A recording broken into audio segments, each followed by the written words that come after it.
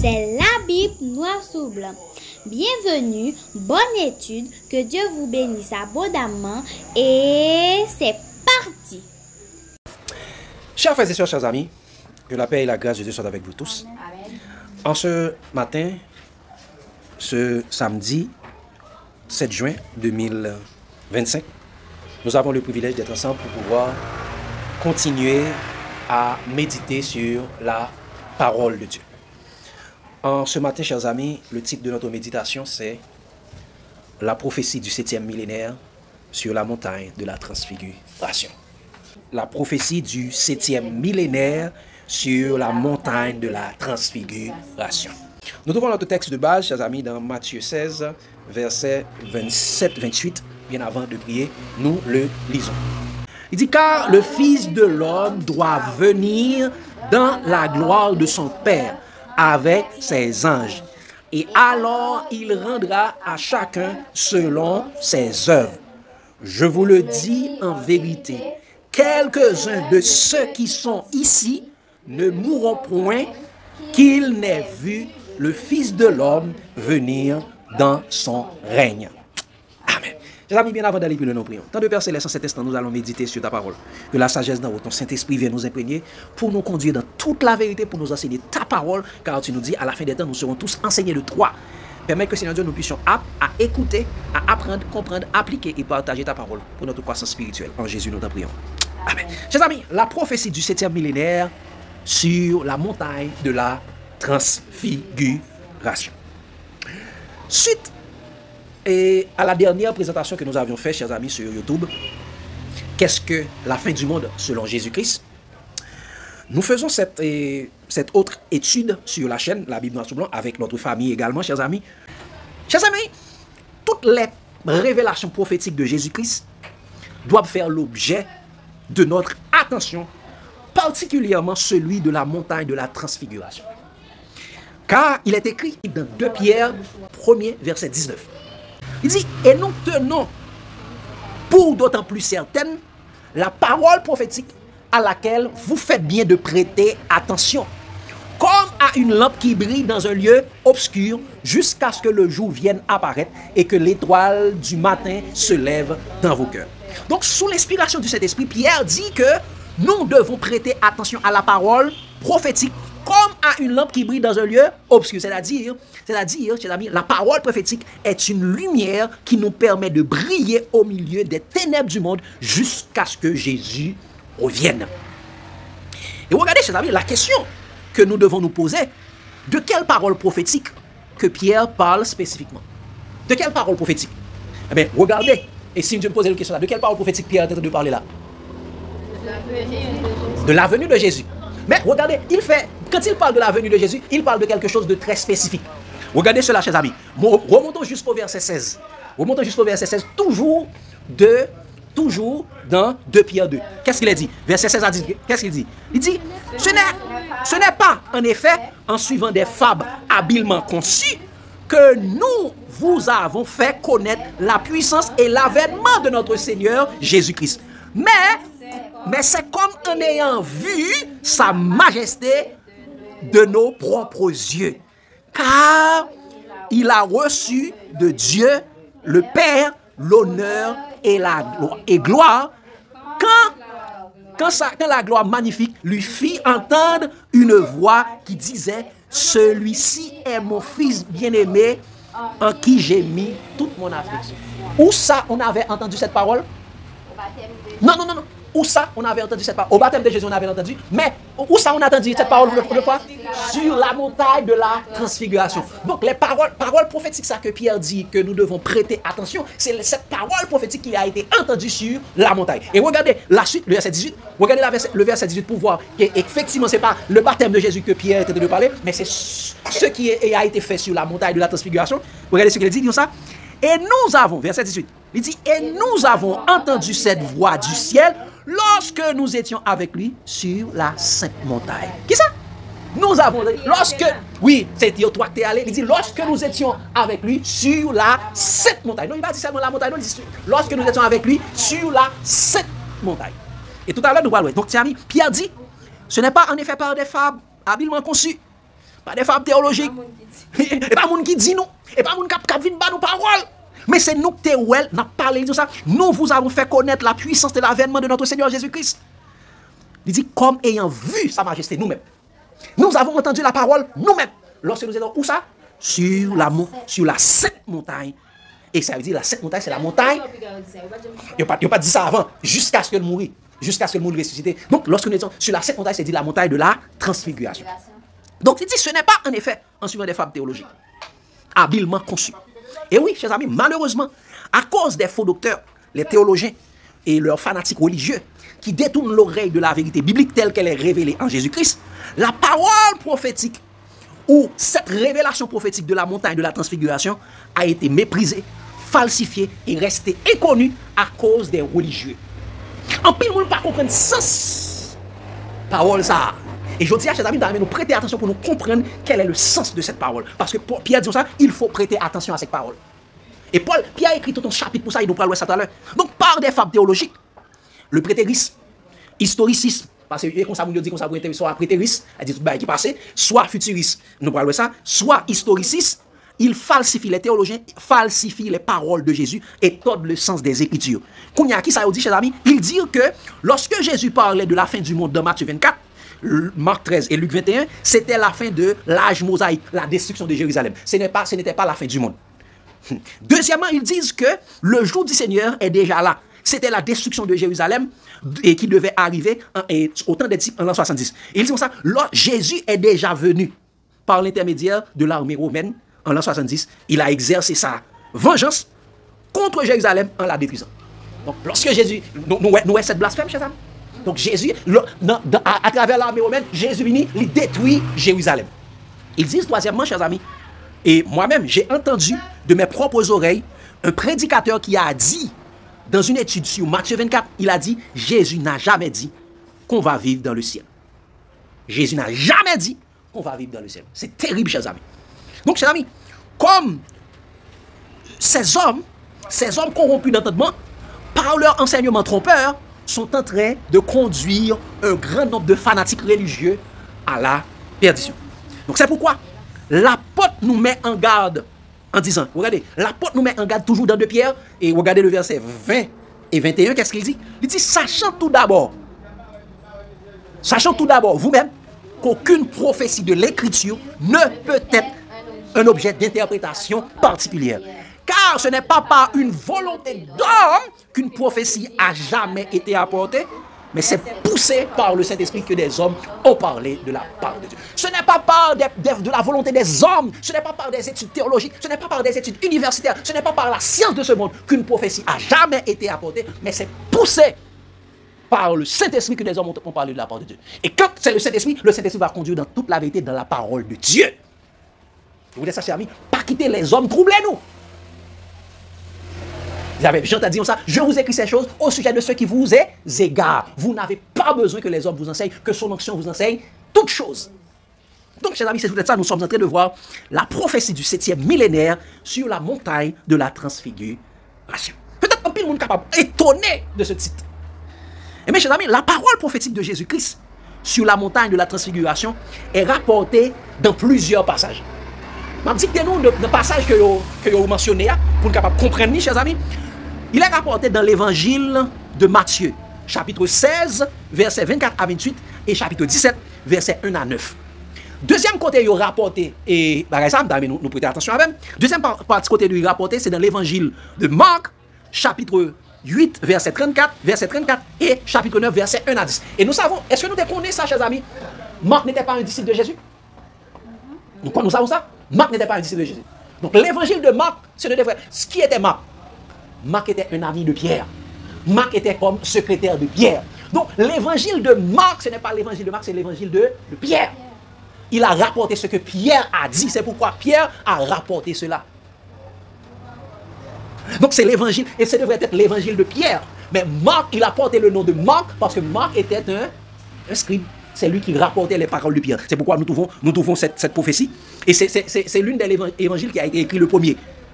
Donc c'est le chapitre. Nous trouvons la prophétie de la transfiguration dans Marc chapitre 8, verset 34 et Marc chapitre 9, verset 1 à 10.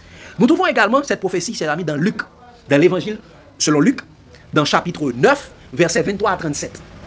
Et également, il est rapporté également dans la deuxième lettre de Pierre, au chapitre 1er, deuxième épître, c'est-à-dire 2 Pierre, 1er, versets 3 à 21. Donc, chers amis, nous allons voir cette prophétie étape par étape. La prophétie du 7e millénaire sur la montagne de la transfiguration. Au départ, nous devons savoir que cette prophétie, c'est une bienheureuse espérance. Qu'est-ce que j'ai dit, chers amis? Cette prophétie est une bienheureuse espérance.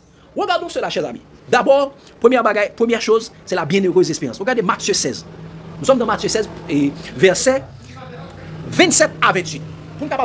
Pour pouvoir bien expliquer cela et que tout le monde puisse parvenir à la connaissance de la vérité. Qu'est-ce qu'il a dit, chers amis? Il a dit, car, Matthieu 16, verset 27 à 28, le texte de base que nous avons lu. Il dit, car le Fils de l'homme doit venir de la gloire de son Père avec ses anges, et alors il rendra à chacun selon ses œuvres. Premièrement, comment Jésus viendra? Avec ses anges. Dans sa première retour, c'est avec ses anges. Et il continue ça. Je vous le dis en vérité, quelques-uns de ceux qui sont ici ne mourront point qu'ils n'aient vu le Fils de l'homme venir dans son règne. Que venir dans son règne. Et dans Marc 9, verset 1, il dit la même chose. Il leur dit, je vous le dis en vérité, quelques-uns de ceux qui sont ici ne mourront point qu'ils n'aient vu le royaume de Dieu venir avec puissance. Marc 9, verset 1er. Donc, chers amis, pourquoi je dis que cette chose, c'est une bienheureuse espérance? Eh bien, c'est une bienheureuse espérance, c'est pour nous dire que nous ne mourrons pas tous avant la venue physique de Jésus. Qu'est-ce que j'ai dit, chers amis? Nous ne mourrons pas tous avant la venue de Jésus. En miniature, Jésus nous savons que les 12 symbolisent toute l'Église. Mais ils ont ça, quelques-uns de ceux qui sont ici. Quelques-uns de ceux qui sont ici. Donc c'était une promesse. Monde qui était avec lui exactement dit quelques-uns de ceux qui sont ici. Mais Jésus faisait ça avec les 12, c'est pour montrer, exposer ça à tout ce qui va arriver avec l'Église. Regardez ce qu'il dit, chers amis. Nous ne mourrons pas tous. Regardez ce qu'il dit, chers amis, dans 1 Corinthiens 15, verset 51. 1 Corinthiens 15, verset 51. Qu'est-ce qu'il a dit? Voici, je vous dis un mystère. Nous ne mourrons pas tous, mais tous nous serons changés. Donc, nous ne mourrons pas tous. Et pas tout le monde qui mourir au retour de Jésus. Au retour de Jésus, il y aura des gens qui seront en vie. Il y aura des disciples de Jésus qui seront en vie. Nous ne mourrons pas tous. Et regardez cela également dans 1 Thessaloniciens 4, verset 15. 1 Thessaloniciens 4, verset 15. Regardez ce qu'il dit, chers amis. Il dit, voici en effet, 1 Thessaloniciens 4, verset 15. Nous allons rapidement, chers amis. Qu'est-ce qu'il a dit? Voici en effet ce que nous déclarons d'après la parole du Seigneur. D'après quelle parole? D'après la parole du Seigneur. Il dit d'après la parole de Jésus. Nous, les vivants, restés pour l'avènement du Seigneur, nous ne devancerons pas ceux qui sont morts. Il dit, nous, les vivants, restés. Pourquoi nous sommes restés? Pour l'avènement. Il dit, pour l'avènement, l'apparition. Il dit, pour la venue de Jésus, nous ne devancerons pas ceux qui sont morts. Mais il y a plusieurs personnes qui nous disent quelque chose aujourd'hui. C'est pas les vivants. Paul dit ça, les vivants. Les vivants ne devanceront pas ceux qui sont morts. Mais il dit qu'on y a, on dit qu'on y a, mais tout à l'heure, nous allons expliquer nous plus devant. Depuis nous mourir, ça arrivait. Et comme si, Jean Protestant dit, c'est fermer les yeux ici, ouvert l'autre bord. Depuis mourir, ou tout monter dans le ciel. Ou aller dans la présence de Dieu. Ou aller dans le paradis. C'est ça. Donc, chers amis. Donc, alors, qu'est-ce que ça Paul dit? Nous, les vivants, nous ne devancerons pas ceux qui sont morts. Eh bien, et comme si moi, devancer nous. Regardez, chers amis. Donc, c'est la bienheureuse espérance. Nous ne mourrons pas tous, mais tous nous serons changés lorsque Jésus reviendra. C'est la bienheureuse espérance. Deuxièmement, chers amis, c'est la prophétie du 7e millénaire. Nous pouvons regarder, chers amis. Allons dans Marc 2, dans Marc 9. Ou bien, nous pouvons rester toujours allez maintenant dans Matthieu 17. Nous avons Matthieu. Vous avez Matthieu, mais qu'on y a viré page là parce que c'est deux. Et chapitre 16 là, et chapitre 17 là, ils ont parlé de même sujet, viré pour nous dans Matthieu chapitre 17.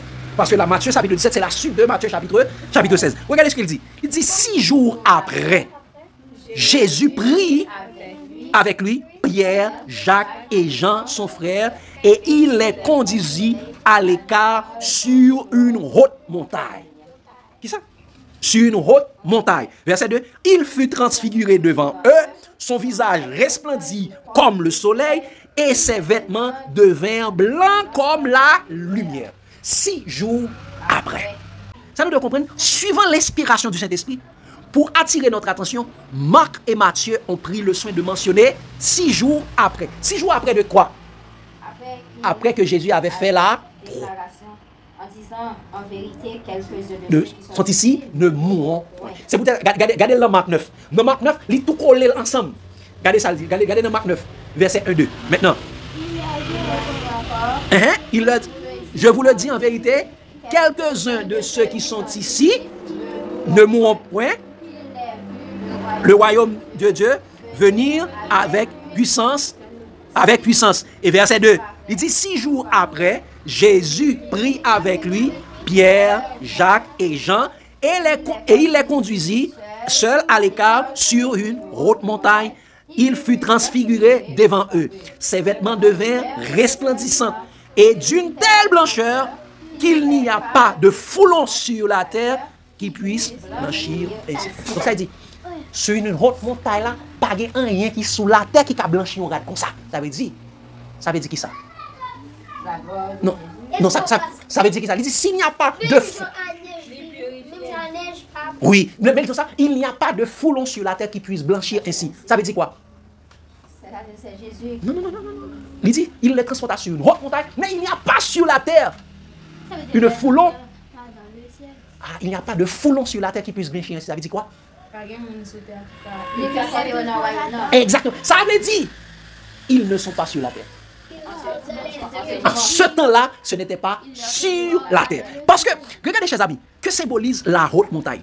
Nous devons comprendre que et Matthieu, et Luc, et Marc, et également Pierre, pas dit. Mais ils n'ont pas dit d'abord qui montagne liée. Ils ont dit une haute montagne. Mais Pierre pour dire ce qui montagne était, mais d'abord nous parlons de ça. Regardez ça, dit. Qui ça haute montagne? De qui haute montagne a parlé? Regardez ça, dit, chers amis. Ésaïe 2, verset 2. Ésaïe 2, verset 2. Donc, lorsque Jésus transportait 3 hommes, regardez ce qui montagne transporté, chers amis. Ésaïe 2, verset 2, dit ça. Il arrivera dans la suite des temps que la montagne de la maison de l'Éternel sera fondée sur le sommet des montagnes. Qu'elle s'élèvera par-dessus les collines et toutes les nations y afflueront. Et que toutes les nations y afflueront. Nous savons que, chers amis, dans la prophétie de la statue, qui t'a gagné différentes parties, qui s'est arrivé à la fin? T'as gagné une pierre qui détachait sans le secours d'aucune main, qui t'est venu frapper statue dans ses orteils. Et cette pierre, qu'est-ce qui était devenu avec cette pierre? Elle était devenue une grande montagne. Donc, il dit la montagne, c'est quoi? La montagne de la maison de l'Éternel. La montagne de la maison de l'Éternel. Regardez, donc ça veut dire montagne a symbolisé la maison de l'Éternel. Regardez maintenant dans Psaume 24, verset 3. Qu'est-ce qu'il a dit dans Psaume 24, verset 3? Il dit ça. Qui pourra monter à la montagne de l'Éternel, qui s'élèvera jusqu'à son lieu saint. Donc la montagne de l'Éternel, c'est le lieu saint de l'Éternel. Donc c'est le sanctuaire, c'est la maison de Dieu. Et c'est pourquoi apôtre Pierre, reprenant cette prophétie, quand il dit haute montagne, qu'est-ce qu'il dit lui-même? Regardez ce que l'apôtre Pierre dit dans 2 Pierre 2, verset 18. Parlant de la montagne de la transfiguration, regardez ce que Pierre dit. Et nous avons entendu cette voix venant du ciel lorsque nous étions avec lui. Qui ça? Et nous avons entendu cette voix lorsque nous étions avec nous avons entendu cette voix dans le ciel, venant du ciel, lorsque nous étions avec lui sur cette montagne. Quelle est cette montagne? Nous étions dans le ciel, la maison de Dieu. Donc ça veut dire Jésus avait transporté Pierre, Jacques et Jean sur la montagne. Nous savons combien de temps ils ont passé sur la montagne? Ils ont passé 1 jour sur la montagne. 6 jours après. Et nous allons voir tout à l'heure. Ils ont passé 1 jour. Nous allons voir que cela symbolise, chers amis. Donc, chers amis, Jésus avait transporté ses 3 disciples sur la haute montagne qui est la maison de Dieu dans le ciel. Dans son royaume de gloire, pour qu'ils puissent voir la bienheureuse espérance qui est réservée aux élus de tous les âges, formant l'épouse et la nouvelle Jérusalem. Parce que regardez cela, chers amis, dans l'épouse de Jésus, qui est l'église, et l'épouse de Jésus, et qui est aussi également la nouvelle Jérusalem. La Jérusalem, c'est céleste. Regardez ce qu'il dit, chers amis, dans Apocalypse 21. Apocalypse 21, verset 9-10. Apocalypse 21, verset 9-10. Regardez ce qu'il dit, chers amis. Apocalypse 21, verset 9, qu'est-ce qu'il dit? Puis, un des 7 anges qui tenait les 7 coupes remplies des 7 derniers fléaux vint et il m'adressa la parole en disant, viens, je te montrerai l'épouse, la femme de l'agneau. Qui ça? Je te montrerai quoi? L'épouse et la femme de l'agneau. Et il me transporta en esprit sur une grande et haute montagne. Qui ça? Où ça il me transporta? Il me transporta en esprit sur une grande et haute montagne. Et il me montra la ville sainte, Jérusalem, qui descendait du ciel d'auprès de Dieu, ayant la gloire de Dieu. Donc, chers amis, la haute montagne, c'était le ciel, c'était la maison de Dieu. C'est pourquoi Pierre avait dit, il n'y a pas de foule. Pierre avait dit, rapportant à Marc, il n'y a pas de foulon sur la terre qui puisse blanchir. Ainsi, c'est pas. C'est parce qu'ils étaient dans le ciel. Jésus était dans sa pleine gloire. Donc, et qu'est-ce que Jésus avait dit encore? Quand est-ce que Jésus allait emmener ses enfants? Regardez ce qu'il a dit dans Éphésiens 5, verset 25 à 27. Regardez ce qu'il a dit, ce qu'il le disait. Pour montrer que, quand on parle de l'épouse, regardez quelle est la promesse de Jésus avec Éphésiens 5, verset 25 à 27. Disons ça, Marie, aimez vos femmes, comme Christ a aimé l'Église et s'est livré lui-même pour elle, afin quoi? Afin de la sanctifier par la parole, après l'avoir purifiée par le baptême d'eau, afin de le faire paraître cette Église glorieuse, sans tache, ni ride, ni rien de semblable, mais sainte et irrépréhensible. Donc, chers amis, les disciples, Jésus avait transporté les disciples sur la montagne de l'Éternel, dans le ciel, de la sainte maison de Dieu. C'est clair? C'est clair pour cela, chers amis? Eh bien, chers amis, donc, quel est le titre de notre méditation encore? La prophétie du 7e millénaire sur la montagne de la transfiguration. La question, chers amis, nous avons vu qu'ils étaient transportés où ça? Dans la maison de Dieu. Mais quand est-ce que Jésus a accompli la promesse qu'il avait faite à ses disciples? La promesse qu'il avait faite à ses disciples? 6 jours après. Relisons, chers amis. Marc 9, verset 2. 6 jours après, Jésus prit avec lui Pierre, Jacques et Jean, et il les conduisit à l'écart sur une haute montagne. Il fut transfiguré devant eux. Étant donné que Pierre nous avait dit que ce qui s'est passé autour de la montagne de la transfiguration était prophétique. N'est-ce pas? N'est-ce pas ce que Pierre nous avait dit? Ce qui s'est passé sur la montagne de la transfiguration était prophétique. Relisons cela, chers amis, dans 2 Pierre 2, verset 18-19.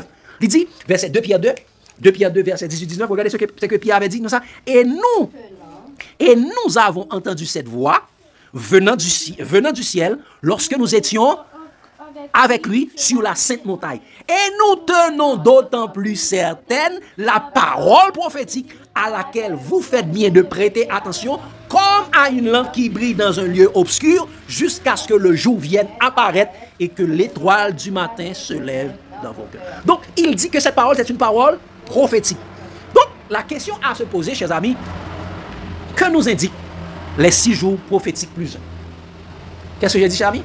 Que nous indiquent les 6 jours prophétiques plus 1. Parce qu'il dit 6 jours après. Il dit c'est 6 plus 1. 6 plus 1 égale 7. Mais, oui. Allez, parle, chérie. Comme le titre de notre méditation, c'est le 7e millénaire. C'est la prophétie du 7e millénaire sur la montagne de la transfiguration. Oui, et quand dit un jour pour Dieu et dans le et comme 1000 ans et qu'ils ont passé 6 jours après de la promesse qui est dans la 6 ans, plus un jour qu'ils ont fait sur la montagne qui était la maison de Dieu qui était au ciel, un jour qui égale à 1000 ans, c'est le 7e millénaire. Exact. Nous allons voir ça. Très bien. Bravo, chérie. Bon, bagaille. Regardez, Faye. Suite à la parole de Pierre dans sa deuxième épître, au chapitre 1, regardez ce qu'il dit au chapitre 3. Pierre, parlant de ce même sujet, regardez ce qu'il dit au chapitre 3, chers amis, en rapport avec le même sujet, la même promesse du retour de Jésus-Christ, en réprimant les moqueurs. Regardez ce que Pierre dit. En réprimandant les moqueurs. Regardez ce qu'il dit dans 2 Pierre 3 maintenant, versets 1 à 4. Regardez ce que l'apôtre Pierre dit. Voici déjà, bien-aimés, la seconde lettre que je vous écris. Dans l'une et dans l'autre, je cherche à éveiller par des avertissements votre saine intelligence, afin que vous souveniez des choses annoncées d'avance par les saints prophètes et du commandement du Seigneur et Sauveur. Elle dit, on a parlé de bagages Jésus. Toujours de ça, nous parler avec nous là, dans le chapitre 1er. Regardez ça, elle dit, enseigné par ses apôtres, par vos apôtres, sachant avant tout que dans les derniers jours, quand les derniers jours seront venus, il viendra des moqueurs avec leur raillerie, marchant selon leur propre convoitise, c'est-à-dire leur propre doctrine, leur propre parole, leur propre enseignement. Qu'est-ce qu'il disait? Et disant, où est la promesse de son avènement? Car depuis nos pères sont morts, tout demeure comme dès le commencement de la création. Donc, Pierre, qui ça? Tout demeure comme au commencement de la création. C'est-à-dire, la prophétie de Pierre concerne depuis la création jusqu'au dernier jour, jusqu'à la fin du monde. Donc, c'est amis, poussé par le Saint-Esprit, Pierre dit, il viendra qu'il soit des moqueurs par leur raillerie, selon leur propre convoitise. Ils diront, où est la promesse de son avènement? Il dit, où est? Il dit, Jésus ne viendra plus. Mes chers amis, ces moqueurs sont des hommes religieux qui ne supportent pas la saine doctrine de Jésus-Christ, disant que la maison commune de leur père, qui est Satan, ne sera jamais détruite. Ils travaillent pourquoi? Pour restaurer, pour protéger la maison commune. Alors que même Satan sait qu'il y a peu de temps. Il dit, et c'est pourquoi il est tout ça, et réjouissez-vous, cieux, et vous qui habitez dans les cieux, malheur à la terre et à la mer, car le diable est descendu vers vous, animé d'une grande colère, sachant qu'il a peu de temps. Mais ces hommes sont en train de travailler pour que la terre ne soit pas détruite. C'est pourquoi ils pensent, ils travaillent pour que la terre soit restaurée, ainsi de suite. Mes chers amis, qu'est-ce qu'ils ont dit? Où est la promesse de son avènement? Qu'est-ce qu'ils font, chers amis? Qu'est-ce qu'ils font, ces moqueurs? Ils se sont donné une foule de docteurs. Une foule de docteurs, c'est-à-dire les théologiens, détournant l'oreille de la vérité et se tournant vers des fables. Des théologiens, des philosophes. Par des fables théologiques, qu'est-ce qu'ils disent, chers amis? Par des fables théologiques, disant que Jésus-Christ est déjà venu et a exercé son jugement sur Jérusalem en l'an 70. Actuellement, dès qu'ils sont morts, leurs âmes sont directement allées directement dans la présence de Dieu, au paradis. Il n'y aura aucune venue physique de Jésus. Pas bien venue physique de Jésus, c'est ce qu'ils enseignent. Deuxièmement, par des fables théologiques, premier, ça me démontre que c'est par le prétérisme, et bien par des fables théologiques du historicisme, certains disent que le Seigneur Jésus est déjà là spirituellement. Soit en 1844, Jésus était venu, il est passé du lieu saint au lieu très saint, soit en 1914, Jésus était déjà venu spirituellement. Jésus est déjà là. Et troisièmement, chers amis, par des fables théologiques du futurisme, il dit que le retour de Jésus tardera. C'est pour des temps très, très, très éloignés que Jésus reviendra. C'est pour des temps très, très éloignés. Et il se met à faire quoi? Il se mit à boire avec des ivrognes de Babylone. Mon maître tarde à venir. Il commence à battre c'est ce qui dit que Jésus reviendra bientôt. Et mes chers amis, prenons garde à ces fables théologiques des théologiens. Prêtons attention à la parole prophétique de Jésus-Christ. Regardez l'avertissement de Pierre. Nous restons toujours dans le même chapitre. Regardez l'avertissement de Pierre pour connaître que représentent les 6 jours après. Regardez ce qu'il dit, toujours dans 2 Pierre, regardez maintenant les versets 3 et 5 à 8. Qu'est-ce qu'il a dit? 2 Pierre 3, il dit, ils veulent. 2 Pierre 3, verset 5 à 8, il dit ça, ils veulent ignorer en effet que les cieux existaient autrefois par la parole de Dieu. De même qu'une terre tirée de l'eau est formée au moyen de l'eau, et que par ces choses, le monde d'alors périt, submergé par l'eau.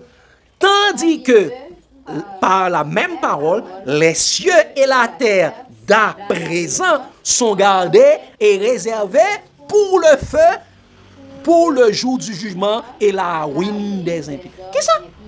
Et la ruine des hommes impies, qui ça? les cieux et la terre sont gardés. Les cieux et la terre d'à présent sont gardés. Pourquoi? Pour la destruction par le feu. Donc c'est le déluge de feu. En plus, le monde ne peut pas ça. Les cieux et la terre à présent sont gardés pour le feu. Pour la ruine des hommes impies. Et regardez ce qui... Feu physique. Feu physique. Il peut consumer la terre. Consumer la terre totalement. Et regardez ce qu'il dit. Exactement. Toute bagaille pour consumer la terre, pour fondre même par le feu. Pour capable gagner un nouveau ciel. Regardez ce qu'il dit au verset, parlant du jour, regardez ce qu'il dit au verset 8. Mais, regardez ce qu'il dit, amis. Ça dit, verset 8, il dit, mais, il est une chose, bien-aimée, que vous ne devez pas ignorer. C'est que devant le Seigneur, un jour est comme 1000 ans, et 1000 ans sont comme... Qu'est-ce que ça? Un jour est comme 1000 ans, et 1000 ans sont comme un jour. Qu'est-ce que Pierre dit, chers amis? Devant Jésus, un jour est comme 1000 ans, et 1000 ans est comme un jour. Pierre reprenant, parlant depuis la création, jusqu'au retour jusqu'à la fin du monde. Et Pierre, il reprit les paroles de Moïse, chers amis, portant sur la création de la terre également, dans Somme 90, verset 1 à 4. Somme 90, verset 1 à 4. Regardez, chers amis, Pierre reprend les mêmes paroles de Moïse, parlant de ce qui devait venir sur la terre depuis la création jusqu'à la fin du monde. Regardez ce qu'il dit. Somme 90, verset 1 à 4. Il dit, prière de Moïse, homme de Dieu, Seigneur, tu as été pour nous un refuge de génération en génération. Est-ce que Moïse a vécu plusieurs générations? Non, il parle de toutes les générations. Tu as été pour nous un refuge de génération en génération. Il dit ça, avant que les montagnes fussent nées et que tu fusses créé la terre et le monde d'éternité en éternité. Qui ça? Tu es Dieu. Dieu est pour nous un refuge de génération en génération depuis l'éternité, pour toute l'éternité. Il dit, verset 3, dit ça, tu fais entrer les hommes dans la poussière et tu dis, fils de l'homme, retournez. Ça dit quoi? Des hommes qui vont mourir et des hommes qui vont ressusciter. Tu fais entrer des hommes dans la poussière et tu dis au fils de l'homme de retourner. Ça dit, c'est la résurrection. Et le verset 4, regardez ce qu'il dit. Quand est-ce que cela sera fait? Ça, car 1000 ans sont à tes yeux comme le jour d'hier. Et quand il n'est plus, et comme la veille, et comme une veille de la nuit. Un jour est comme 1000 ans par rapport à ce que Dieu aura car ce Dieu planifie de faire pour ses enfants. Donc, étant donné que devant notre Seigneur Jésus-Christ, un jour est comme 1000 ans, et 1000 ans est comme un jour, et 1000 ans sont comme un jour, donc les 6 jours après, où Jésus a accompli sa promesse en miniature pour quelques-uns des 12 des disciples, indique quand Jésus reviendra. Qu'est-ce que j'ai dit? Indique quand Jésus reviendra. C'est quand est-ce encore? 6 jours après. Si un jour est égal à 1000 ans, et 1000 ans sont comme un jour, ça veut dire, cela traduit que prophétiquement, la terre sera âgée de 6000 ans d'existence. Ou bien, après que la terre sera âgée de 6000 ans d'existence, Jésus reviendra nous chercher pour nous emmener sur la montagne de l'Éternel, c'est-à-dire dans le ciel. Pour passer combien de temps? Le 7e millénaire dans la maison de Dieu dans le ciel. Pour passer un jour qui est comme 1000 ans dans le ciel. Quand est-ce que la terre aura ces 6000 ans d'existence? Nous sommes dans ces 6000 ans. Personne, personne ne le sait. Mais les hommes voulant... Exactement. Jésus. À quoi ça fait ça, monsieur? Par contre, Jésus le sait. Bravo. Mais par contre, Jésus le sait. Bravo. À quoi ça fait ça, les gars, ici? Donc c'est bon. Donc Jésus le sait. Jésus le sait. N'est-ce pas? Tout à fait joli. Donc Jésus le sait. Mes chers amis. Mais les hommes qui veulent changer le temps et la loi, qu'est-ce qu'ils ont fait? Qu'est-ce qu'ils nous ont dit? Ah, la terre a 6 milliards d'années, la terre a 10 milliards d'années. 10 millions qui étaient passés. Oui, la terre a tellement. 1 million qui est passé. Il y a 10 milliards, 7 milliards d'années avec le carbone 14. Voulons nous égarer. Et l'autre chose, ils ont changé les calendriers pour qu'on ne puisse jamais savoir en quel temps sommes-nous. Et ce qui est combien de millions? Pour que Non, c'est parce que vous pas la terre par détruit et ils ont changé prophétique et éléments prophétiques pour pas jamais connaître en quel temps sommes-nous. Ils ont changé le temps et la loi. Ils ont changé le temps et la loi. Et ça fait ouais, chaque temps où on paraît, ils ont venu avec calendrier julien. Après ça, nous sommes sur le calendrier grégorien. Chaque temps, ils font calendrier pour capable toujours brouiller. Et nous connaissons que, quand est-ce nous connaissons que, suivant la généalogie étant, Jésus mourit environ, le latin était gagné 4000 ans. Comme ça? C'est environ ça. Mais nous, combien de temps Jésus gagne depuis le mourir là? Environ 2000 ans. Il peut gagner 2000 ans. Si, il peut gagner 2000 ans. Si Jésus était mort dans l'an, côté la terre était gagné environ 4000 ans. Elle dit, que la terre va gagner 6000 ans. Qui est Jésus était mort? Bon, on y a, même, yo te dit, nous n'entendons pas, c'était en qui est Jésus était mort? En l'an 31? En l'an 31. Mais, nous par contre, si c'est l'an 31 vrai. Parce que nous avons tellement bouillé pissio, nous ne connaissons pas. Et ça fait personne ne pas connaître qui est Jésus a retourné. C'est vous êtes ça? Il dit. Jésus dit ça. Oui, et c'est ça, et ça nous parle exactement. Et ça fait tout le monde qui a fixé temps. Ne le sait, exactement.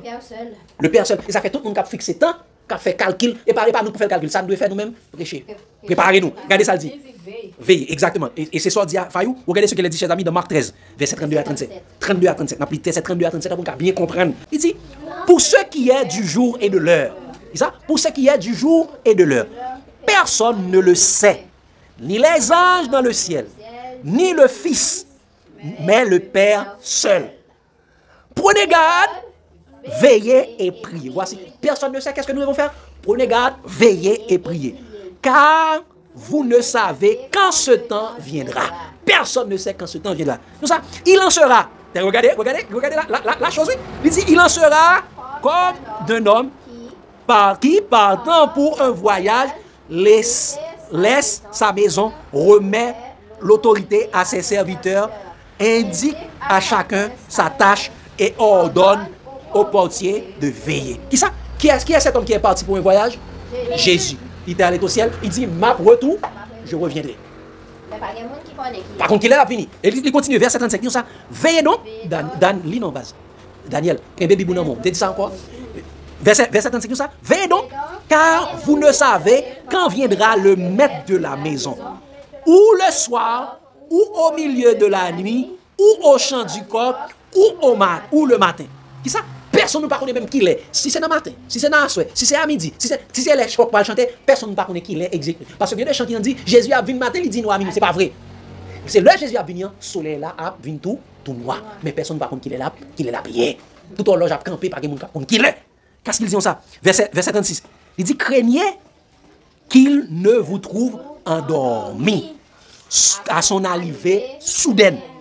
Ce que je vous dis, je le dis à tous, veillez. Ce que je vous dis, je le dis à tous, veillez. Oui, exactement. Il n'y a pas de l'huile, il y a de l'huile, et puis mettre la vanille, porte la fée. Merci. Il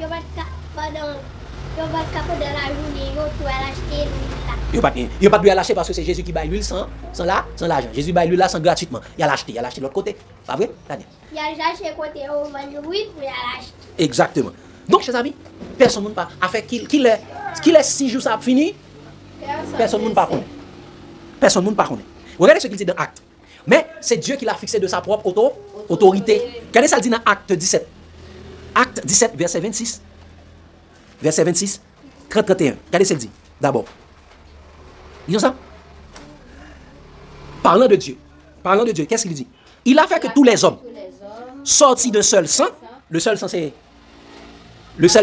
un Adam, habita sur toute la surface de la terre, ayant déterminé la durée des temps et les bornes de leur demeure. Qu'est-ce que Dieu a déterminé? La durée des temps de leur demeure. C'est Dieu qui détermine ça, quittant chaque monde qui n'a bien pour passer sous la terre.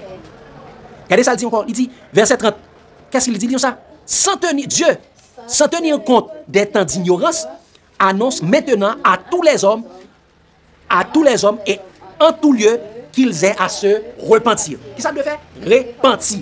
Parce qu'il a fixé un jour. Dieu a fixé un jour où il jugera le monde selon son justice par l'homme qu'il a désigné, ce dont il a donné à tous une preuve certaine en le ressuscitant des morts. C'est ça? Dieu a fixé un jour pour juger le monde. Pas juger Jérusalem, non, mais pour juger le monde. Qu'est-ce qu'il fait? Il fixe les temps, il a fixé les temps, il a déterminé les temps de leur demeure. Deuxièmement, il leur demande à se repentir. Troisièmement, il a fixé un jour pour juger le monde. Comment il va le faire? Par celui qu'il a ressuscité des morts. Et regardez, chers amis, l'attitude des Grecs. Parce que Jésus, et Paul était en train de parler dans l'aéropage avec les Grecs. Regardez l'attitude des Grecs qui cherchaient la sagesse, elle dit la science théologique, et non Jésus-Christ, et qui ne veulent pas entendre parler de la résurrection des morts, de la résurrection physique des hommes. Parce que ces derniers temps, chers amis, quand vous parlez de la résurrection physique des hommes, dans pile le monde, chers amis, et plus de lever. Et comme si Jésus n'a pas jamais ressuscité. Même avec théologie, donc ça dit on a des pour mourir là où tu aller dans la présence de mon Dieu, pas mourir et pas résurrection physique. Mon Dieu, Jésus pas parler de résurrection physique. C'est faux. Et pas vrai. Oui. Alors que yo d'accord parler de incarnation, réincarnation, mais yo pas d'accord parler de résurrection. Incarnation, elle dit c'est esprit venu, il y a l'entrée dans l'autre corps. Non, mais Jésus pas parlé de réincarnation, Jésus parlait lui-même de résurrection. Regardez ça, regardez ça dit dans verset 32-33, à 17 là, regardez l'attitude des Grecs, qu'est-ce qu'il dit? Verset 32-33, à 17, il dit, lorsqu'il entendit parler de résurrection des morts, les uns se moquèrent et les autres dirent, nous t'entendrons là-dessus une autre fois. Ainsi Paul se retira du milieu d'eux. Ça, depuis on entend parler de résurrection, ça vous fait? Ils commencent à moquer. Eh bien c'est ça les moqueurs. Ce sont les philosophes, les théologiens, ce sont des moqueurs. Ils commencent à moquer. Mes chers amis, encore une fois, quand est-ce que la terre aura ses 6000 ans d'existence? Personne ne le sait. Personne ne sait la date exacte que le Père a fixée de sa propre autorité. Mais cependant, nous savons deux choses. Après les 6000 ans, il y aura le 7e millénaire. Et après le 7e millénaire, ouvrez les yeux pour être capable de regarder. Après le 7e millénaire, il y aura 2 repos de sabbat. Qu'est-ce que j'ai dit? Faut-il lever? Après 7e millénaire là, après 6e millénaire là, a bien un 7e millénaire. Et ce 7e millénaire a symbolisé 2 repos du sabbat. Levez-vous, comprenez? Samedi, a bien qui ça? 2 repos du sabbat. 1, a bien le repos, a bien le sabbat de la malédiction de la loi, le tourment de Satan. Deuxièmement, a bien le sabbat de l'évangile éternel de Dieu, a bien le sabbat de Dieu, le repos éternel en Jésus-Christ. Dans quel repos de sabbat serons-nous au 7e millénaire? Quelle question posée? 2 repos de sabbat. Le sabbat de Satan, le tourment éternel, le sabbat de Dieu qui est le repos éternel en Jésus-Christ. Dans quel repos de sabbat serons-nous au 7e millénaire? Qui ça me dit nous devons comprendre, chers amis? Qui ça me comprendre, chers amis? Après chaque cycle de 6, il y a un 7e. Le 7e est considéré comme la plénitude, qui est considéré comme le sabbat, c'est-à-dire le repos. Dans la loi de Moïse, Moïse a institué le repos du 7e jour. Il y avait également le repos du 7e année pour le pays d'Israël. Et Moïse a dit un jour comme 1000 ans devant son Seigneur, le Seigneur qui lui avait donné, la loi sur la montagne. Et c'est-à-dire également, après 6000 ans, comme un jour comme 1000 ans, il y aura également le repos de la malédiction de la loi pour la terre. Regardez ce qu'il dit dans Galates 3, verset 10. Galates 3, verset 10. Regardez ce qu'il dit. Il dit ça. Car tous ceux, regardez ça dit. Galates 3, verset 10. Il dit ça. Car tous ceux qui s'attachent aux œuvres de la loi sont sous la malédiction de la loi. Car il est écrit, maudit est quiconque n'observe pas tout ce qui est écrit dans le livre de la loi et ne le met pas en pratique. Tous ceux qui s'attachent à la loi sont sous la malédiction de la loi. Et mes chers amis, il y aura des gens qui observent la loi seront dans le repos de la malédiction de la loi. Et il dit également, il dit la même chose dans 2 Corinthiens 3. Regardez 2 Corinthiens 3, verset 6-7. Paul dit ça. Il nous a aussi rendu capable d'être ministre d'une nouvelle alliance. Non de la lettre, mais de l'esprit. Car la lettre tue, La lettre de la loi dessus. Regardez ce qu'il dit au verset 7. Ça, or, si le ministère de la mort gravé avec des lettres sur des pierres a été glorieux, au point que les fils d'Israël ne pouvaient fixer les regards sur Moïse à cause de la gloire de son visage, bien que cette gloire fût passagère. Donc la gloire de la loi est passagère parce que la loi c'est le ministère de la mort. Donc chers amis, il y aura 2 sabbats. Il y aura un sabbat de Satan, le sabbat de la malédiction de la loi. Il y aura le sabbat en Jésus. Dans quel repos de sabbat sera? Regardez chers amis. Je vais vous montrer rapidement partie ça parce qu'on est capable de terminer. Après les 6000 ans, premièrement, après les 6000 ans. Parce qu'il dit, qui dit méditation encore?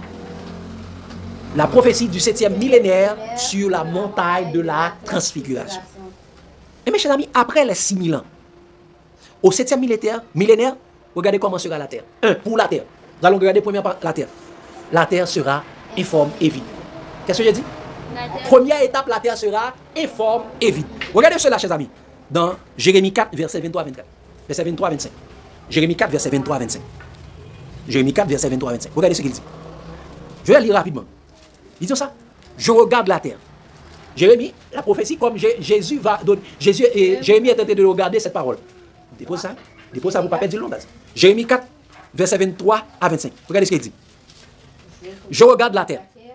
Et voici.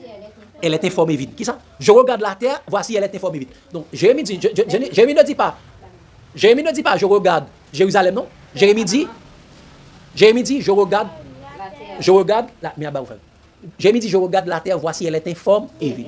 Jérémie ne regarde pas. Est-ce que Jérémie est en train de regarder la terre avant la création? Non. Regardez quand est-ce que Jérémie est en train de regarder la terre. Il dit, les cieux et leur lumière a disparu. Il a dit, il y avait des lumières. Mais avant la création, qu'est-ce qu'il y avait? Il y avait des ténèbres. S'il dit, la lumière a disparu, ça dit, c'est après la. Regardez ce qu'il dit, verset 24. Il dit, je regarde les montagnes, il a dit les trônes, les royaumes. Ils disent ça, et voici, elles sont ébranlées. Et toutes les collines chancellent. Je regarde, et voici, il n'y a point d'homme, et tous les oiseaux des cieux ont pris la vie. Il n'y a point d'homme. Elle dit, la terre est informe et vide, il n'y a point d'homme sur la terre.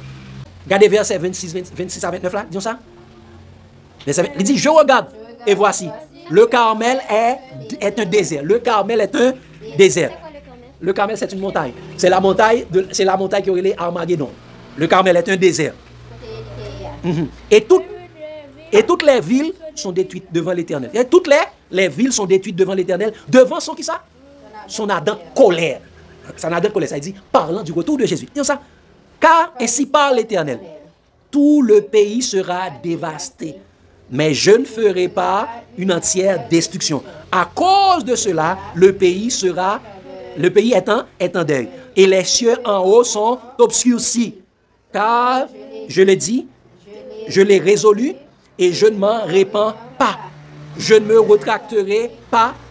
Au bruit des cavaliers, nous connaissons qui là Jésus a venu encore? Jésus a venu sur les chevaux, il a monté son cheval. Au bruit des cavaliers et des archers, toutes les villes sont en fuite.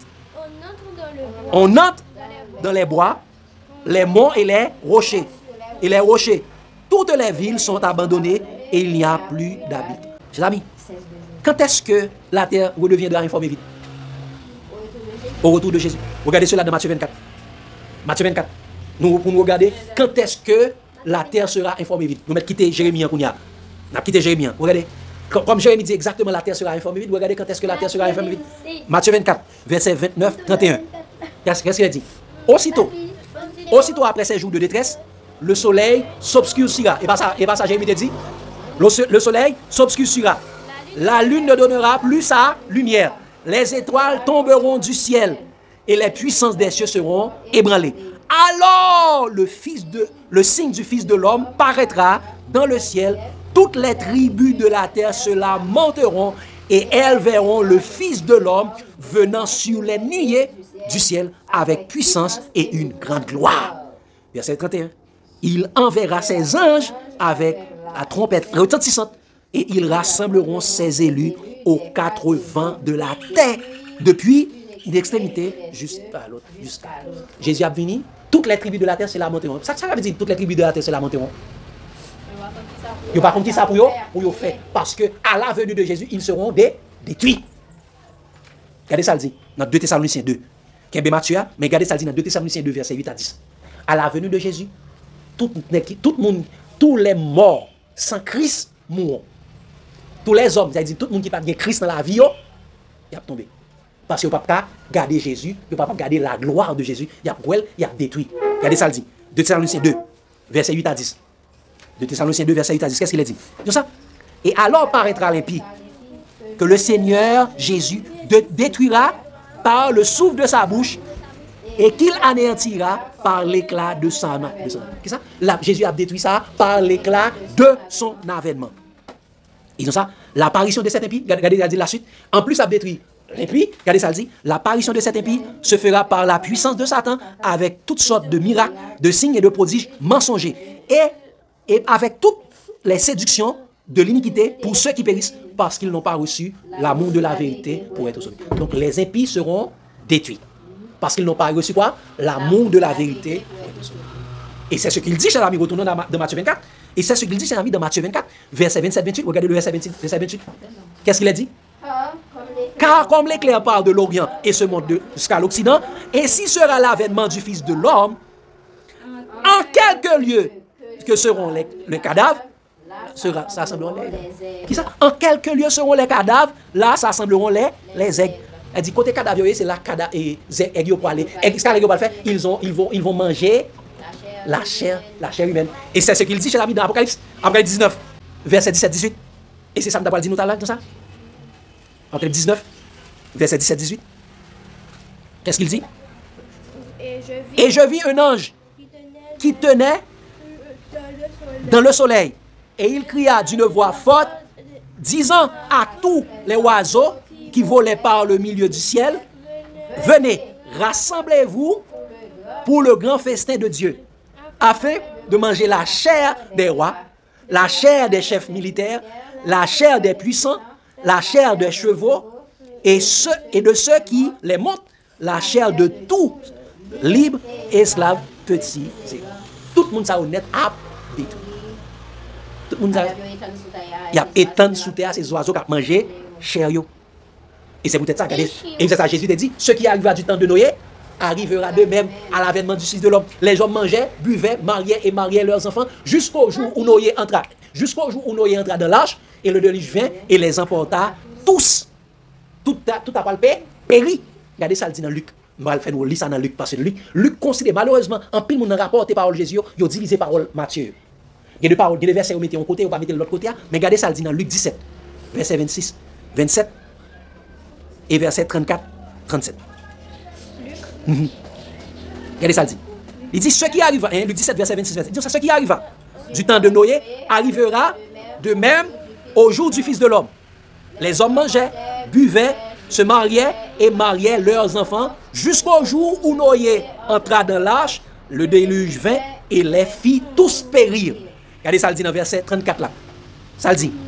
Je vous le dis en cette nuit-là, de deux personnes qui seront dans un même lit, l'une sera prise et l'autre laissée. De deux femmes qui mourront ensemble, l'une sera prise et l'autre laissée. De deux hommes qui seront dans un champ, l'un sera pris et l'autre laissé. Et parce qu'il y a plusieurs personnes qui nous trouvent qui disent ça. L'elle dit l'une sera prise et l'autre laissé, ça dit il parle même d'enlèvement secret. Pour eux même c'est ça qui prend, c'est ça qui prie à cap sauvé, ça qui était assez qui a perdu. Mais regardez la question des disciples pour montrer c'est l'inverse. Regardez la question des disciples, verset 17, verset 37. Les disciples lui dirent où sera Seigneur? Ça dit qui côté ça prend qui côté pas laver ça quoi qui côté pas laver? Regardez ça répond Jésus. Et il répondit où sera le corps? Là s'assembleront les aigles. Donc côté cadavre à pied c'est là aigle pour le rassembler. Ça qui prend c'est le déluge de feu qui prend qui a pouillé tout net par l'éclat de son avènement. Eh bien tout le monde a péri. Monde qui était vivant allait Jésus retourner, monde qui est sans Christ, il a péri. Et qui ça peut arriver? Regardez l'autre aspect. Eh bien qui ça peut arriver? Et monde qui sent et Satan et ses anges, ça peut arriver. Ils seront seuls sur la terre pendant le 7e millénaire. Ce sera le sabbat de Satan sur la terre désolée. Sur la terre désolée. Regardez ça dans Apocalypse. Je n'ai pas même besoin de prendre un Ancien Testament. Regardez ça dans Apocalypse. Même Jean te fait dans l'Ancien Testament, il te prend Azazel, il y a la gueule dans les airs là, et bien Satan sera bouc émissaire là, et bien même Jean Satan pour le gagner. Pour le gagner, Satan tout sur la terre, désolé. Apocalypse 20, verset 1 à 3 et verset 5. Regardez ça le dit. Ça le dit. Puis je vis descendre du ciel un ange qui avait la clé de l'abîme et une grande chaîne dans sa main. Il saisit le dragon, le serpent ancien, qui est le diable et Satan, et il le lia pour 1000 ans. Il le jeta dans l'abîme et ferma et scella l'entrée au-dessus de lui, afin qu'il ne séduisit plus les nations, jusqu'à ce que les 1000 ans fussent accomplis. Après cela, il faut qu'il soit délié pour un peu de temps. Pour qui ça ne peut pas séduire les nations? Moun yo mouri. Regardez ça le dit, verset 5 là. Regardez ça le dit dans verset 5 ça. Les autres morts ne revinrent point à la vie jusqu'à ce que les 1000 ans furent accomplis. C'est la première résurrection. Qui ça? Donc ça veut dire, ça qui était vivant a mouru, ça qui était mouru pas retourner à la vie. Ça veut dire la terre a vide. Seulement Satan cap là sous la terre pendant 1000 ans. Ce sera le repos de Satan. Pendant 1000 ans. Donc, monde qui sans Jésus pour passer 1000 ans sous la terre, désolé, est-ce qu'il y a pas vie? Non. Ça qui est vivant. Ceux qui étaient vivants seront. Oui, ceux qui étaient vivants seront morts. Ceux qui étaient vivants meurent. Et ça qui était mourir, pas revenir à la vie. Mais, qu'en est-il pour les enfants de Dieu? Eh bien, deuxième partie. Après les 6000 ans d'existence de la terre, pour le 7e millénaire, Jésus reviendra chercher ses disciples lui-même. Regardez ça qui va passer pour les disciples. Qui ça le dit encore? Nous retournons dans Marc. 6 jours après, qui ça le prend Marc, il prend Pierre, Jean, Jacques avec lui, il est monté avec lui sur une autre montagne. Quelle est la promesse de Jésus dans Jean 14, verset 1 à 3? Que votre cœur ne se trouble point. Croyez en Dieu, croyez en moi. Il y a plusieurs demeures dans la maison de mon Père, et si cela n'était pas, je vous l'aurais dit. Je vais vous préparer une place. Qui ou ça, je vais vous préparer une place? Dans la maison de mon Père. Et lorsque je m'en serai allé et que je vous aurai préparé une place, je reviendrai et je vous prendrai avec moi. Je vous prendrai avec moi afin que là où je suis, vous y soyez aussi. Où ça Jésus est actuellement? Dans le ciel, dans la maison de son Père. C'est pourquoi il dit au verset 4, vous savez où je vais et vous en savez le chemin. Jésus a retourné la vie, prendre disciples avec lui. Et ça fait dit dans verset 4, là dans Marc 9, Élie et Moïse apparurent et s'entretenirent avec lui. Qui ça Moïse et Élie symbolisé? Moïse symbolisait la loi. On ne peut pas prendre la loi. Moïse symbolisait les morts en Christ qui a bien pour ressusciter. Et Élie symbolisait les vivants qui a prêté pour l'avènement de Jésus, qui pas bien pour passer par la mort. Donc c'est ça exactement. Je nous dis exactement. Et je vous dis ça, nous te lis Thessaloniciens 4, verset 15 à 17. N'appli Thessaloniciens 4, verset 15 à 17. Qu'est-ce qu'elle dit? Voici en effet ce que nous vous déclarons d'après la parole du Seigneur. Nous les vivants, restés pour l'avènement du Seigneur, nous ne devancerons pas ceux qui sont morts. Les vivants ne devanceront pas ceux qui sont morts. Qui t'a dit que pour mort, tu as devancé ça qui vivant. On qui dit ça depuis que vous mouri, vous avez dans le paradis. Ça veut dire, les gens qui mort, vous avez devancé ça qui vivant. Non, bon, si vivant, vous pas devancer mort, ce n'est pas mort que tu as devancé.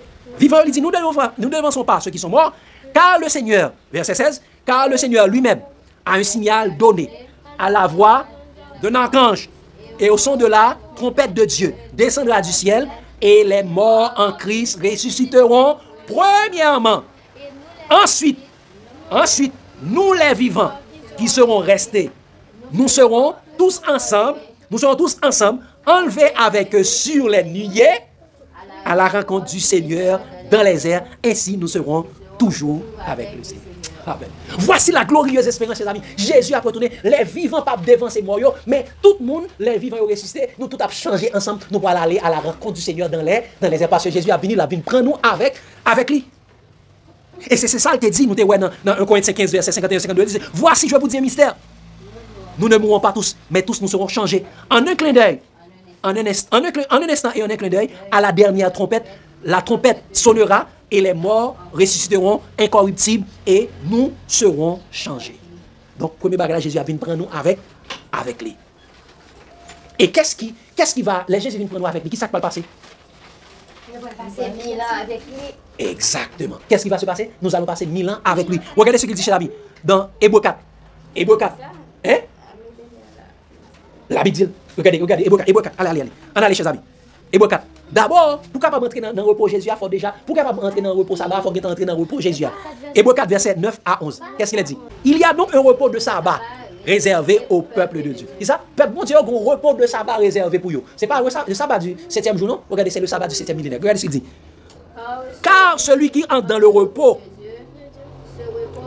se repose de ses œuvres, comme Dieu s'est reposé des siennes. Un repos de sabbat réservé au peuple de Dieu. Que celui qui veut rentrer dans le repos de Dieu se repose des siennes. Et ça fait depuis le verset 8 là, il dit ça. Si Josué était baillot, leur eu donné le repos, il n'aurait pas parlé après cela du jour du repos. C'est-à-dire c'est pas le repos du 7e jour qu'il a parlé. Et c'est pas le repos de Canaan qu'il a parlé.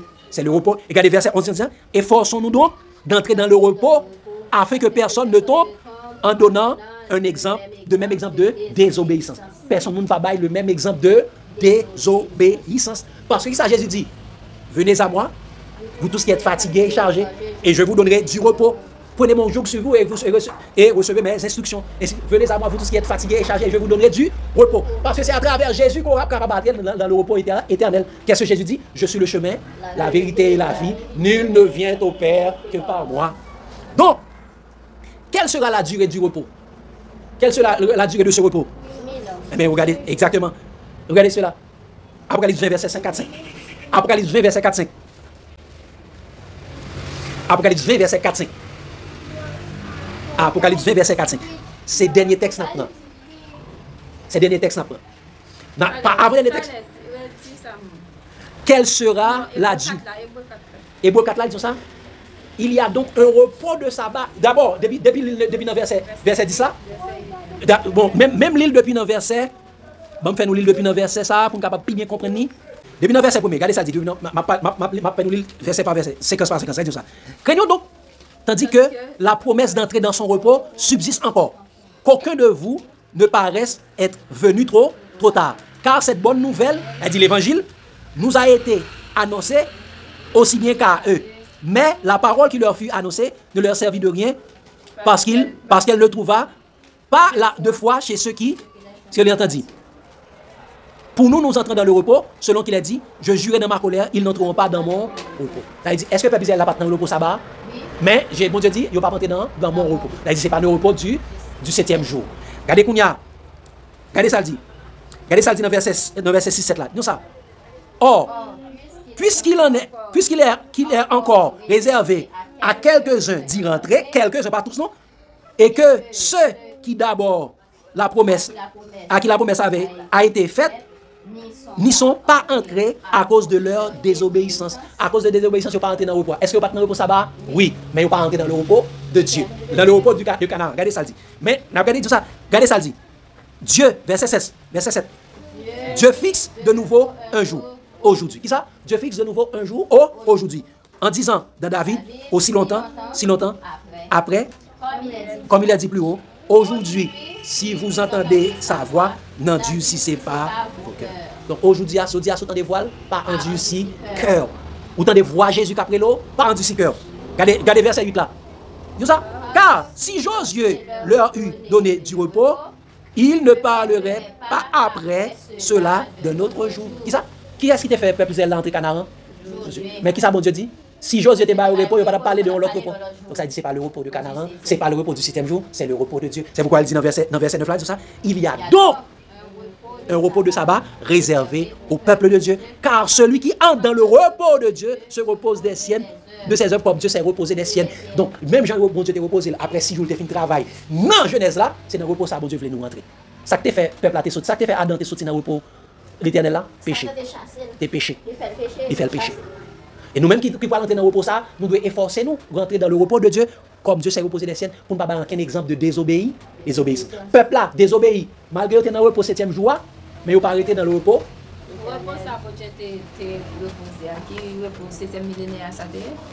Le repos de un jour devant Dieu est comme 1000 ans. C'est le repos éternel. Un jour est comme 1000 ans. Devant Dieu, un jour est comme 1000 ans. Bon Dieu te repose. Mais bon Dieu voulait faire nous entrer dans son repos encore. C'est pas le repos 7e millénaire là, mais bon Dieu voulait nous entrer dans le repos. Et nous allons passer 1000 ans dans le ciel et l'éternité sur la terre restaurée. Donc si nous voulons entrer dans le repos, mon Dieu, qui ça nous fait? Pas un exemple de désobéissance. Parce que le peuple là, malgré que nous sommes dans le repos 7e jour, il n'a pas rentré dans le repos de Canaan. Donc, il y a pile de monde qui est dans le repos 7e jour sur la terre, qui ne peut pas rentrer dans le repos du Canaan, c'est céleste. Donc ça veut dire nous le faire en pile. Attention. Et combien de temps repos éternel, mon Dieu, dans le ciel? Combien de temps va durer? Regardez ça le dit. Dans Apocalypse 20, verset 4-5. Apocalypse 20, verset 4-5. Et je vis. Apocalypse 20, verset 4-5, qui ça? Et je vis des trônes. Et à ceux qui s'y assirent furent donnés le pouvoir de juger. Et je vis les âmes de ceux qui avaient été décapités à cause du témoignage de Jésus et à cause de la parole de Dieu, et ceux qui n'avaient pas adoré la bête ni son image et qui n'avaient pas reçu la marque sur leur front et sur leurs mains, ils revinrent à la vie, la première résurrection, et ils régnèrent avec Christ pendant... Qui ça? Ils régnèrent avec Christ pendant 1000 ans. Regardez verset 5 là. Les autres morts ne revinrent point à la vie jusqu'à ce que les 1000 ans fussent accomplis. C'est la première résurrection. Regardez le verset. Regardez le verset. Est-ce que le verset 6 dit ça? Regardez le verset 6 qui dit ça. Heureux et saints ceux qui ont part à la... Heureux et saints ceux qui ont part à la première résurrection. La seconde mort n'a point de pouvoir sur eux, mais ils seront sacrificateurs de Dieu et de Christ, et ils régneront avec lui pendant 1000 ans. Nous avons régné avec Jésus dans le ciel pendant 1000 ans. Et c'est là ça nous allons juger les morts qui étaient morts sans Christ, qui n'est pas d'accord à accepter Jésus. Et après les 1000 ans, ça va passer. Si 6 jours après, 6000 ans après, c'est la fin de la terre. 7e millénaire, ça va passer dans 7e millénaire encore? Les gens qui étaient sans Christ, vivant sans Christ, mort sans Christ, ça fait, ils n'ont pas ressuscité. Les morts avec Christ, ils ont ressuscité. Les vivants avec Christ, tous ensemble, ils ont changé, ils vont passer 1000 ans dans le ciel. 6 plus 1 égale 7. Après 7, là, ça va gagner. On va gagner 8e. C'est là ça nous va entrer dans la béatitude. Et ça fait, bon, montrer nos bagailles. Après 1000 ans, ça va arriver. Eh bien, nous avons quitté ça pour deuxième partie. Nous allons voir ça dans la deuxième partie. Dans 1000 ans, après 1000 ans, ça fait. Luc lui-même, il n'est pas dit 6 jours après. Bon, seulement montrer nous ça. Regardez ça, Luc dit lui-même. Bon, fait nous, ça Luc dit. Dans Luc 7, dans Luc 9. Je vais seulement faire nous ça et nous allons bien pour nous retourner sur lui dans la deuxième partie. Regardez ça, dit dans Luc. Luc 9. Si Matthieu et Marc dit 6 jours après, regardez qui ça, Luc dit. Faille. Verset 28. M'appli verset 28 là, et m'appli verset 28 là. Luc 9. M'appli verset 28 là. Et verset 37 là. M'appli verset 28. M'appli verset 36, 37. Regardez ça, Luc dit. Regardez ça, Luc dit. C'est pour qu'on comprenne. Ça, Luc dit. On nous lit ensemble, mettons pour qu'attendre. Hein? N'appli 27 là tout? Eh bien, verset 27 là. Verset 27, regardez ça. Je vous le dis en vérité, quelques-uns de ceux qui seront ici, qui sont ici, ne mourront point, qu'ils n'aient vu le royaume de Dieu. Regardez, suite là, verset 28. Environ 8 jours après qu'ils aient dit ces paroles, Jésus prit avec lui Pierre, Jean, Jacques, et il monta sur la montagne pour prier. Attendez. Oui, ça, et Matthieu dit 6 jours après, et Marc dit 6 jours après, mais Luc dit lui-même environ 8 jours. Luc calcule tout ensemble. Il prend 6 là, il prend 7 là, et il prend après 7 là. Et ça fait dit 8 jours environ. Regardez ça, dit dans verset 36-37 là. Regardez ça, dit dans verset 36-37. Il dit quand la voix fit entendre, Jésus se trouva seul. Il dit les disciples gardèrent le silence. Et ils ne racontèrent à personne en ce temps-là rien de ce qu'ils avaient vu. Regardez ça, il dit. Le lendemain, lorsqu'ils furent... Verset 37. Il dit, le lendemain, lorsqu'ils furent descendus de la montagne, une grande foule devant de Jésus. C'est ça. Vous comprenez? Et là, il va passer un jour. Il passait 11 jours. Le lendemain, il passait tout jour à net avec disciples sur montagne là. Le lendemain, il descend. C'est-à-dire, qui sont un jour égal à 1000 ans. Après 1000 ans, Jésus a descendu. Et ça fait dire une grande foule. Jésus a venu avec grande foule là, il a venu. Ça c'est non, ça sont symbole de la foule qui est montée dans le ciel là. Une grande foule de passés, et ça fait dire ça, ce sont ceux qui viennent de là. Qui sont ces gens? Grande foule là, ce sont ceux qui viennent de la grande tribulation. Ils ont lavé leur robe et les ont blanchis dans le sang de l'agneau. C'est pourquoi ils sont devant le trône et le servent jour et nuit. 8 jours dans le 8e millénaire là, n'a descend. Et c'est ça la terre pour restaurer. Donc nous quittons ça pour deuxième partie. Est-ce que vous comprenez? Donc c'était quelle méditation encore? La prophétie du 7e millénaire sur la montagne de la transfiguration. Donc après, deuxième partie, c'est quoi? Après, question lumière, suggestion. Est-ce que vous comprenez? Est-ce que vous comprenez? Fine.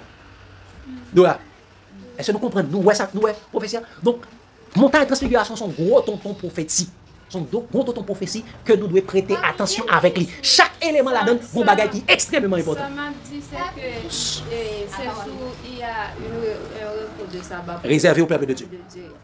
Ça veut dire, et comme si, parce que nous faisons cette discussion sur ça, mais comme si on a dit sabbat, et pas, comme si, pas, même pas dit son jour, gens nous qu'on vénérer là, parce que nous pas connaître, nous qu'on vénérer, mais gens tout nous vient à tout, nous pas qu'à ignorer, parce que dit il y a un repos de sabbat réservé au peuple de Dieu. Ça veut dire, c'est pas un jour qui, comme là dit ça, c'est pas un bagage qui est effacé dans le plan de Dieu, parce que dit, même Jean bon Dieu était reposé de tout ça, le fait, nous-mêmes nous devons reposer. Ça veut dire que c'est pas un bagage nous pas passer un fois sur nous, d'après ça qui sont bien que, sauf que les différents de ça nous t'est passé parce que dit c'est 1000 et sabbat millénaire, c'est millénaire. Oui, faille, mais ça pour bien comprendre. Pour le bagage là, il dit, Daniel, ça le dit avant. Il dit Israël pas entrer dans le pouvoir à cause de désobéissance. Est-ce que Israël n'a pas gagné le sabbat du 7e jour? Oui. Mais est-ce que Israël, mon Dieu dit pas entrer dans le repos? Ça dit Israël pas entrer dans Cana. Donc ça veut dire, non, pas même Cana intéressant, parce que le dit, si même Josué était bas au repos, il va parler de nouveau de un repos. Ça veut dire qui ça? Ou qu'a gagné sabbat 7e jour? Ou perdu 7e millénaire là. Parce que pour entrer dans sabbat 7e millénaire là, il faut qu'on dans repos bon Dieu. Qui repos bon Dieu? Jésus dit ça. Venez à moi, vous tous qui êtes fatigués et chargés, et je vous donnerai du repos. Jésus dit encore, je suis le chemin, la vérité et la vie. Nul ne vient au Père que par moi. C'est seul Jésus capable. Mais non. Et est-ce que Jésus m'a dit pour un sabbat? Jésus dit, on doit adorer chaque jour qui joue. Pas un problème pour nous reposer n'importe qui joue. Pas un problème pour nous reposer le 7e jour. Exactement, qui problème non. Et ça fait dire ça? Exactement, et ça fait dire ça. Bonne nouvelle, ça, pas servi rien. C'est-à-dire l'évangile n'a pas servi rien parce que le pas la foi, c'est vous qui t'attend. En plus, non, mais vous gagnez la loi, mais vous pas gagné la foi. Et c'est ça, nous, de faire attention. Et ça fait Jésus dit, quand le Fils de l'homme viendra, trouvera-t-il de la foi sur elle? Parce que c'est le monde qui gagne la foi, Jésus a pu chercher. C'est pas le monde qui gagne la loi. Et Jésus, c'est comme ça, elles sont qu'à gagner 2 mètres à la foi. Et là, nous connaissons qui est-ce qui met la loi. Et nous connaissons qui est-ce qui met la foi. Oui. Ils ont rejeté. Ils ont préféré bénédiction que ils prennent mettre bénédiction. Exactement. Donc ça veut dire ils ont préféré mettre richesse là. Donc ça veut dire qui ça? Mon yo, malheureusement, ils ne pas tomber dans la malédiction de la loi. Au lieu de prendre bénédiction là, la foi. Pas de bénédiction, c'est l'Abraham qui croit dans Dieu, il y a une bénédiction ça. Et ça fait aujourd'hui, nous-mêmes, nous, qui la terre, nous sommes voyageurs et pèlerins. La terre, pas côté nous habiter, bon Dieu, qu'on repos de sabbat réservé au peuple de Dieu. Donc, est-ce que, ou qu'un repos, sabbat, mais sous pas dans Jésus, ou chaud? Sous pas dans Jésus, ou chaud? C'est dans Jésus où doit y. Et lors dans Jésus, on va pas adorer bon Dieu chaque jour qui joue. Soit que on va manger, soit que on va boire, on va faire tout pour la gloire de Dieu. Et sous dans Jésus, c'est Jésus même qui a fait non. Les Jésus retourné la vie chercher monde qui pour lui et monde qui n'a lui. Vous comprenez? Donc c'est ça. Mon cher ami, la prophétie du 7e millénaire sur la montagne de la transfiguration, ça c'est la première partie. Deuxième partie, c'est pour après la 7e millénaire, qu'est-ce qu'il y aura? Et c'est Luc, à partir de prophétie Luc là, nous allons voir 8e joie, qui ça le voit? Nous allons voir qui ça le voit? C'est l'éternité bienheureuse. Que Dieu vous bénisse abondamment, chers amis. L'amour de Christ nous presse. Amen. C'était la Bible noir sous blanc. N'hésitez pas à aimer, abonner, commenter et partager. Bye et à la prochaine.